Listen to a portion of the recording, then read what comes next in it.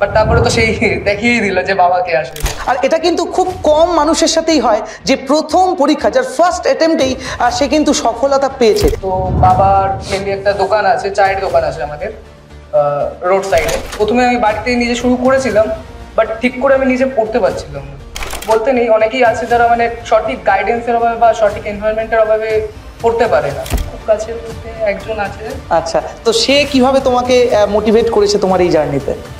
2-3 মাস আমি প্রাইভেটে জব করেছিলাম, বাবার শরীর খারাপ ছিল, স্যাররা জানে। তোমার যে কাছের যে মানুষটি রয়েছে সেও হয়তো আজকে আমাদের মতোই তোমাকে নিয়ে অনেক প্রাউড ফিল করছে, তাই তো? তো আমি ভেবেছিলাম একদিন হয়তো পাবো, বাট আমার ম্যাথটা একটু কম জোর আছে, সত্যি কথা বলতে। এটা আমার থেকেও অনেক ভালো স্টুডেন্ট আছে যাদের সাথে আমি কম্পিট করেছি, যেহেতু আমি একদমই ছাপোষা মিডিল ক্লাস ঘর থেকে এসেছি। তার মানে এই প্রতিকূলতা কাটিয়েও প্রিপারেশন নেওয়া সম্ভব আর সাকসেসফুল হওয়া কিন্তু সম্ভব। তার এক্সাম্পল কিন্তু আজ আমাদের সাথেই রয়েছে।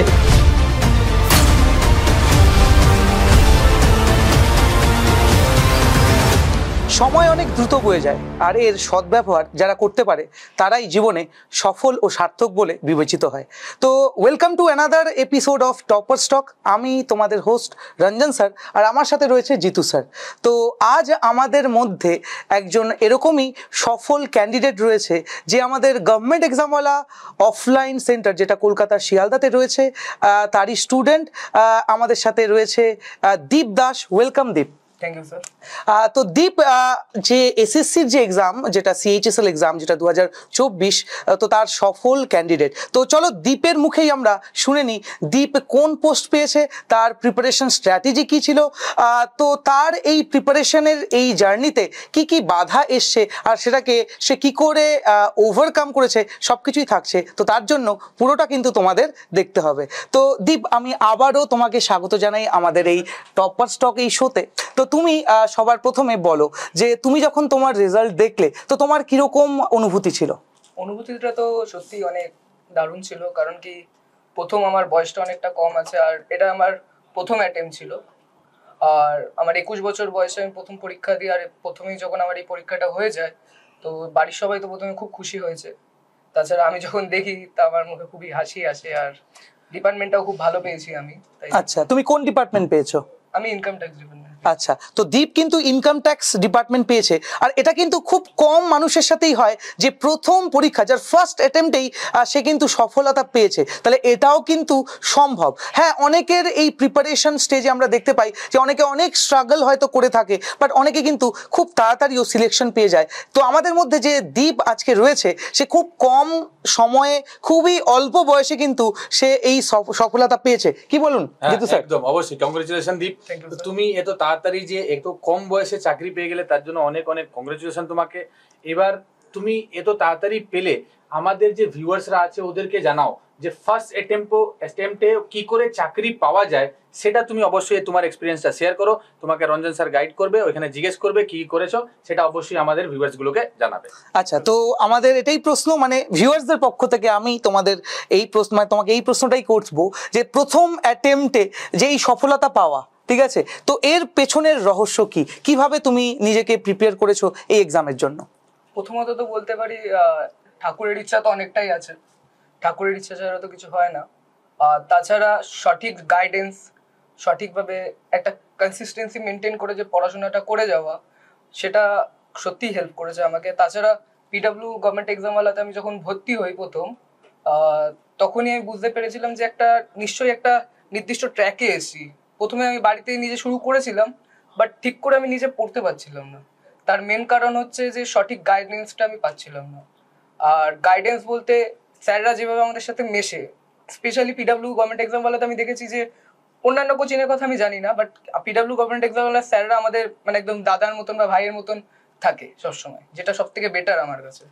তো প্রথমত জিকের জন্য আমাদের যে দুজন স্যাররাই আছেন, জিতু স্যার তো ইতিহাস খুব ভালোভাবে আমাদের ধরে ধরে ধরে ধরে ট্রিক্সের মাধ্যমে মনে করিয়েছিলেন, যেটা সত্যিই খুব হেল্পফুল হয়েছে। রঞ্জন স্যার আমাদের ইকোনমিক্স করিয়েছেন, যেটা সত্যিই কি বলবো আমার পরীক্ষার জন্য তো প্রচণ্ড পরিমাণে হেল্প করেছে। তাছাড়া প্রতিদিন যে আমাদের ডেলি যে চ্যাপ্টারটা পড়ানো হতো, স্পেশালি মুঘল এম্পায়ার সম্বন্ধে আমরা যদি পড়ি, তারপরে যে সঙ্গে সঙ্গে যে তার চ্যাপ্টারের যে কোশ্চেন অ্যান্সারগুলো তার যে সলভ করা, তার মধ্যে প্রিভিয়াস ইয়ারে কি এসছে, সেই চ্যাপ্টার থেকে আর কি কি আসতে পারে প্রতিদিন যে করে সেটা সলভ করিয়ে নিয়ে তার চেক করানো আর সবার মধ্যে থেকে, সেটা খুবই ইম্পর্টেন্ট ছিল আমাদের কাছে।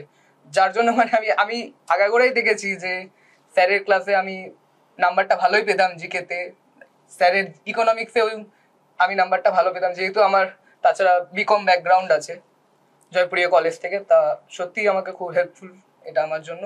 তাছাড়া ম্যাথ, ইংলিশ সত্যি সবাই ভালো হেল্প করেছে আমাকে, নাহলে আমি পেতাম না। তাহলে আমরা এখান থেকে এটুকু বলতে পারি যে দীপ, এই কম্পিটিটিভ এক্সাম ক্র্যাক করতে গেলে এনভায়রনমেন্টটাও একটা খুব ভালো ইম্পর্টেন্ট রোল প্লে করে, তাই তো? আমি মনে করি এনভায়রনমেন্টটা সব থেকে বড় রোল প্লে করে, কারণ কি অনেকেই বলতে নেই, অনেকেই আছে যারা মানে সঠিক গাইডেন্সের অভাবে বা সঠিক এনভায়রনমেন্টের অভাবে পড়তে পারে না।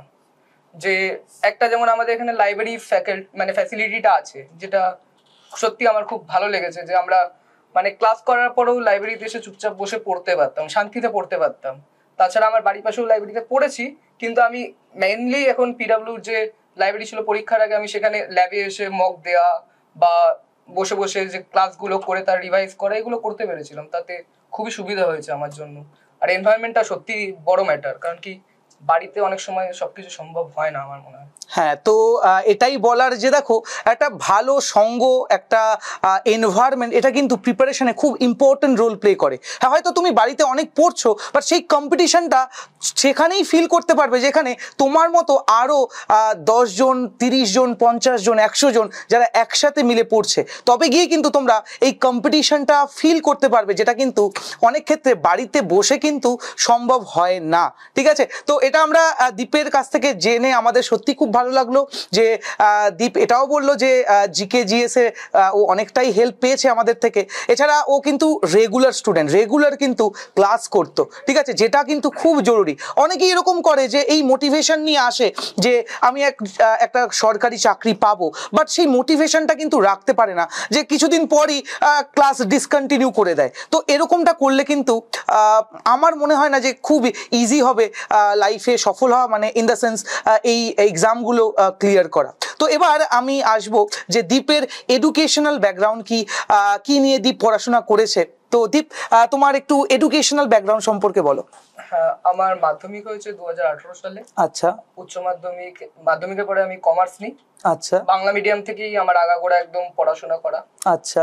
তারপরে 2020 সালে আমার উচ্চ মাধ্যমিক শেষ হয় এবং 2020 সালের পরে আমি সেট আনন্দরাম জয়পুরিয়া কলেজে আমি বিকম এর জন্য ভর্তি হই। তা বিকম আমি ওখান থেকে কমপ্লিট করি 2023-এ। তারপরে 2023-এর তারপর আর পড়াশোনা হয়নি।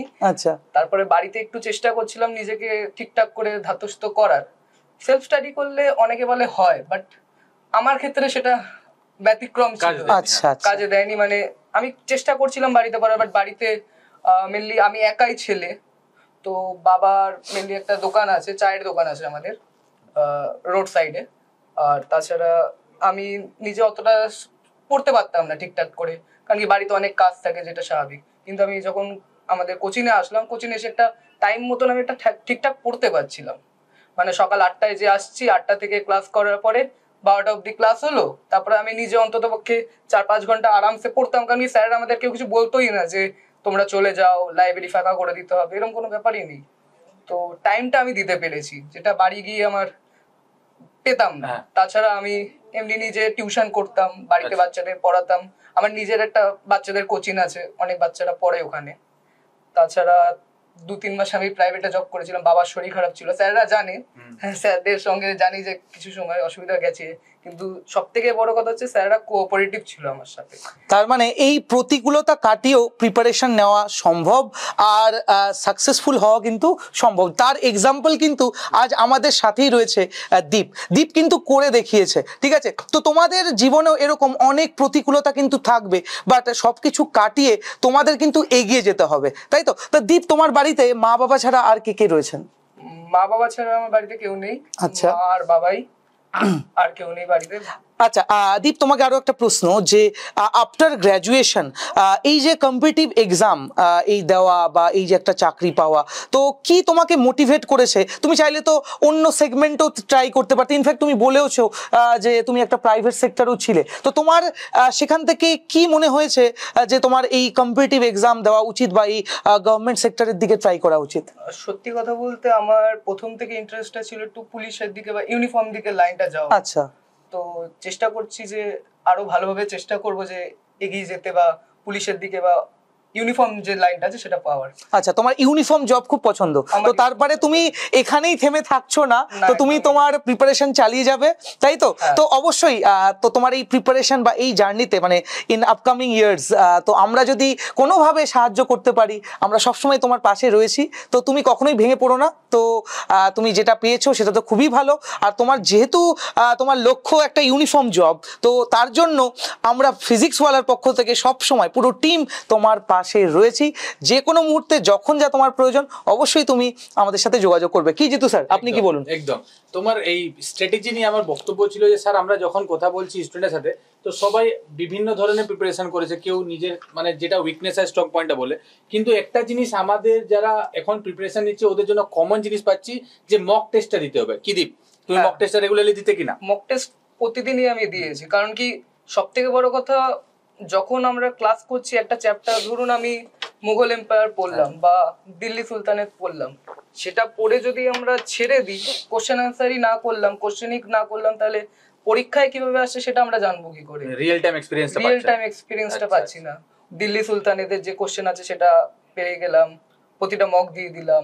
তাছাড়া আমাদের যে উইকলি একটা মক টেস্ট নেওয়া হতো, তাছাড়া মান্থলি একটা মক টেস্ট নেওয়া হতো, উইকলি যে মক টেস্ট তার আবার স্কোর কার্ডটা বোর্ডে লাগানো হতো, তার ফলে সেই বোর্ডটা দেখে মেনলি একটা এনভায়রনমেন্ট পেতাম যে হ্যাঁ আমি এই কম্পিটিশনের মধ্যে আছি। যতজনই স্টুডেন্ট থাকুক, আমাদের এখানে অনেকেই স্টুডেন্ট আছে, অনেক ভালো ভালো স্টুডেন্ট আছে, আমার থেকেও অনেক ভালো স্টুডেন্ট আছে যাদের সাথে আমি কম্পিট করেছি। আমার লাক হয়তো ভালো বা অবশ্যই সেদিক দিয়ে ভগবানের আশীর্বাদ পেয়েছি, নিশ্চয়ই স্যারদের আশীর্বাদ, ভগবানের আশীর্বাদের জন্যই আজকে পেয়েছি। তো তাদের থেকেও দেখতাম, তো সবসময় ভালো নাম্বারটা 1 থেকে 3 এরকম আসতো। তা যখন প্রথম ওই টপার্স স্যার আমাদের একটা দেয়, মানে মান্থলি যেটা একটা হয়, তাতে একটা টপার্স ব্যাগ বা টপার্স একটা টি শার্ট দেওয়া হয়, টপার টি শার্ট দেওয়া হয়। তো আমি ভেবেছিলাম একদিন হয়তো পাবো, বাট আমার ম্যাথটা একটু কম জোর আছে, সত্যি কথা বলতে এটা ম্যাথের স্যার সেটা জানে। তো ওর জন্য সিজিএলটাও এবার হয়নি ঠিক করে, সিজিএলটাও হয়ে যেত, ম্যাথটা কমজোরের জন্য হয়নি। তো চেষ্টা করবো এবার ম্যাথ থেকে আরো স্ট্রং করার। জিকে তো স্যাররা সবসময় গাইড করেই দিয়েছে। তাহলে তাহলে দীপের কথা থেকে এটাই বুঝতে পারলাম দীপের জিকেটা খুব স্ট্রং। আচ্ছা, তো তুমি যেটা বলছো যে ম্যাথটা তোমার কাছে একটু চ্যালেঞ্জিং, তো তোমার কি মনে হয় যে এই এটাকে ওভারকাম করার জন্য আর কি কি করা উচিত? আমার তো মনে হয় রেগুলারলি একটা কনসিস্টেন্সি মেনটেন করে প্রতি যে মানে একদম 24 ঘন্টা পড়তে হবে এরকম কোনো কথা নেই। ঠিকঠাক করে যদি প্রতিদিন যদি 3-4 ঘন্টাও ম্যাথকে দেওয়া যায় রেগুলারলি, মানে কনসিস্টেন্টলি যদি থাকি আমরা, তাহলে অবশ্যই ম্যাথ ইমপ্রুভ করা যাবে। তাছাড়া মক দিতে হবে প্রচুর পরিমাণে, স্যারদের যে গাইডেন্স। যে আমার একটা জিনিস ভালো লাগতো যে এখানে আমার যদি কোনো প্রশ্ন আটকায়, ম্যাথ যদি কোনো আটকালো, শঙ্কর স্যার আছেন, মিল্টন স্যার আছেন, দুজনেই মানে খুব হেল্পফুল। শঙ্কর স্যার তো পারলে আমাকে মেরে মেরে একদম নিয়ে যায় যে ম্যাথ কর ম্যাথ কর ম্যাথ কর। স্যারদের সঙ্গে এতটাই ভালো সম্পর্ক আছে আমাদের। তো সেই ক্ষেত্রে ম্যাথ তো নিশ্চয়ই ইমপ্রুভ হবে। আমি এবার চেষ্টা করব যে আপকামিং সিজিএল আসছে সেটা নিশ্চয়ই ক্র্যাক করার চেষ্টা করবোই। ম্যাথটা আমি বিশ্বাস করি যে যদি আমার ম্যাথটা ঠিক হয়ে যায়, একটু ম্যাথের নাম্বারটা যদি বাড়িয়ে ফেলি, আমার রিজনিং এ আউট অফ যে ফুল মার্কসই আসে, ইংলিশে 1-2 ভুল ছাড়া সবই ঠিক করি। জিকে তো ওরম কারেন্ট অ্যাফেয়ারটা ছাড়া স্ট্যাটিক আমার স্ট্রং আছে, হিস্ট্রি স্ট্রং আছে, পলিটি ইকোনমিক্স সবই স্ট্রং আছে। তো চেষ্টা করবো ম্যাথটা স্ট্রং করে এবার সিজিএল। নিশ্চয়ই নিশ্চয়ই, তার জন্য আমাদের টিম সবসময় তোমার পাশে থাকবে। আচ্ছা আচ্ছা, এবার পড়াশোনার বাইরে একটু আসি, যে পড়াশোনার বাইরে আর কি কি করো তুমি বা কি করতে ভালোবাসো? পড়াশোনার বাইরে আমার তো একটা বাচ্চাদের পড়াতে খুব ভালো লাগে। আচ্ছা, তো সেটা একটা খুব ইচ্ছা ছিল ভালো পড়ানোর। তাছাড়া হচ্ছে খেলাধুলাটা খুব ভালোবাসি। আচ্ছা, ক্রিকেট খেলা খেলতে বা ক্রিকেট খেলা দেখতে সব থেকে বেশি ভালো লাগে। আচ্ছা, তোমার ফেভারিট ক্রিকেটার কে? বিরাট কোহলি। বিরাট কোহলি, কেন বিরাট কোহলি? বিরাট কোহলির অ্যাটিটিউড বা বিরাট কোহলির যে অ্যাগ্রেসিভনেস বা ওর যে মানসিকতাটা সব থেকে বেশি ভালো লাগে আমার। আর সেটাই কি তোমাকে ইন্সপায়ার করে? অবশ্যই, কারণ কি উনি কখনো দেখেছি যে ভেঙে পড়েন না বা হেরে যান না। সবসময় যে এত ট্রোলিং হলো ওনাকে নিয়ে 2021 সালের পর থেকে আমরা দেখেছিলাম যখন আর ফর্ম ডাউন ছিল, বাট তারপরে তো সেই দেখিয়ে দিল যে বাবাকে আসলে, তাই না? আচ্ছা, তো ঠিক আছে। আচ্ছা, এবার একটু পার্সোনাল লাইফে আসা যাক। পার্সোনাল লাইফে কিছু আছে, কেউ খুব কাছের কেউ? খুব কাছের বলতে একজন আছে। আচ্ছা, তো সে কিভাবে তোমাকে মোটিভেট করেছে তোমার এই জার্নিতে? সে সবসময় সাপোর্ট করতো যে পড়াশোনা করতে হবে, আচ্ছা। যেহেতু আমি একদমই ছাপোষা মিডিল ক্লাস ঘর থেকে এসেছি, যে তেমন যে খুব বড় লোক ঘরের বা যে সবকিছু আছে আমার কাছে তা নয়, তো সে সবসময় বলতো যে একটা চাকরি দরকার বা। তার জন্যই কি এই কম্পিটিটিভ এক্সাম দেওয়া বা গভর্নমেন্ট জবের দিকে আসা? না, সেটা নয়, নিজেরও একটা ইচ্ছা আছে অবশ্যই। আচ্ছা, তো আশা করি তাহলে তোমার যে কাছের যে মানুষটি রয়েছে সেও হয়তো আজকে আমাদের মতোই তোমাকে নিয়ে অনেক প্রাউড ফিল করছে, তাই তো? হ্যাঁ, সে তো খুবই খুশি আছে। আচ্ছা, তো এরপর তোমার নেক্সট প্ল্যান কি? মানে মানে তুমি সিজিএল আবার তুমি অ্যাটেম্প করছো, আর তুমি ইউনিফর্ম জবের দিকেও তুমি একটা তোমার চেষ্টা চালিয়ে যাবে? হ্যাঁ, যেহেতু আমার বয়সটা 21 বছর এখন। আচ্ছা, তো আর আমি এবার চাইবো যে সিজিএলটা আগে প্রথমে ক্লিয়ার করি, সিজিএলটা ক্লিয়ার করার পরে তারপরে সিভিল সার্ভিসের দিকে নিশ্চয়ই চেষ্টা করব। সিভিল সার্ভিসের দিকে এগোনোর ইচ্ছাটা আমার আছে, যেহেতু ইউনিফর্মটা আমার মেন স্বপ্ন। তো আমরা এটাই চাইবো আমাদের পুরো টিমের পক্ষ থেকে যে দীপ আরো এগিয়ে যাক, আর দীপের এই আগামী দিনের সফরগুলোতেও যেন আমরা এভাবেই দীপের পাশে থাকতে পারি। আর তোমরাও নিশ্চয়ই ইন্সপায়ার হলে আজকে এই দীপের সাকসেস স্টোরি শুনে, যেখানে দীপ তার প্রথম এক্সামেই কিন্তু সফলতা পেয়েছে। তো দীপ কিন্তু দেখিয়ে দিয়েছে, এবার বাকিটা তোমাদের পালা। আর তার জন্য আমরা আমাদের টিম সবসময় তোমাদের রয়েছি, যেখানে অনলাইন থেকে শুরু করে অফলাইন প্রত্যেকটা জায়গায় কিন্তু আমরা সাপোর্ট করার জন্য রয়েছি। তো এরকমই আরো আপকামিং ডেজে আমরা এরকমই আরো অনেক ইন্সপিরেশনাল স্টোরি নিয়ে আসবো তোমাদের এই ইউটিউব প্ল্যাটফর্মে। তো দেখা হচ্ছে নেক্সট টপার স্টকে। Thank you everyone. Thank you everyone.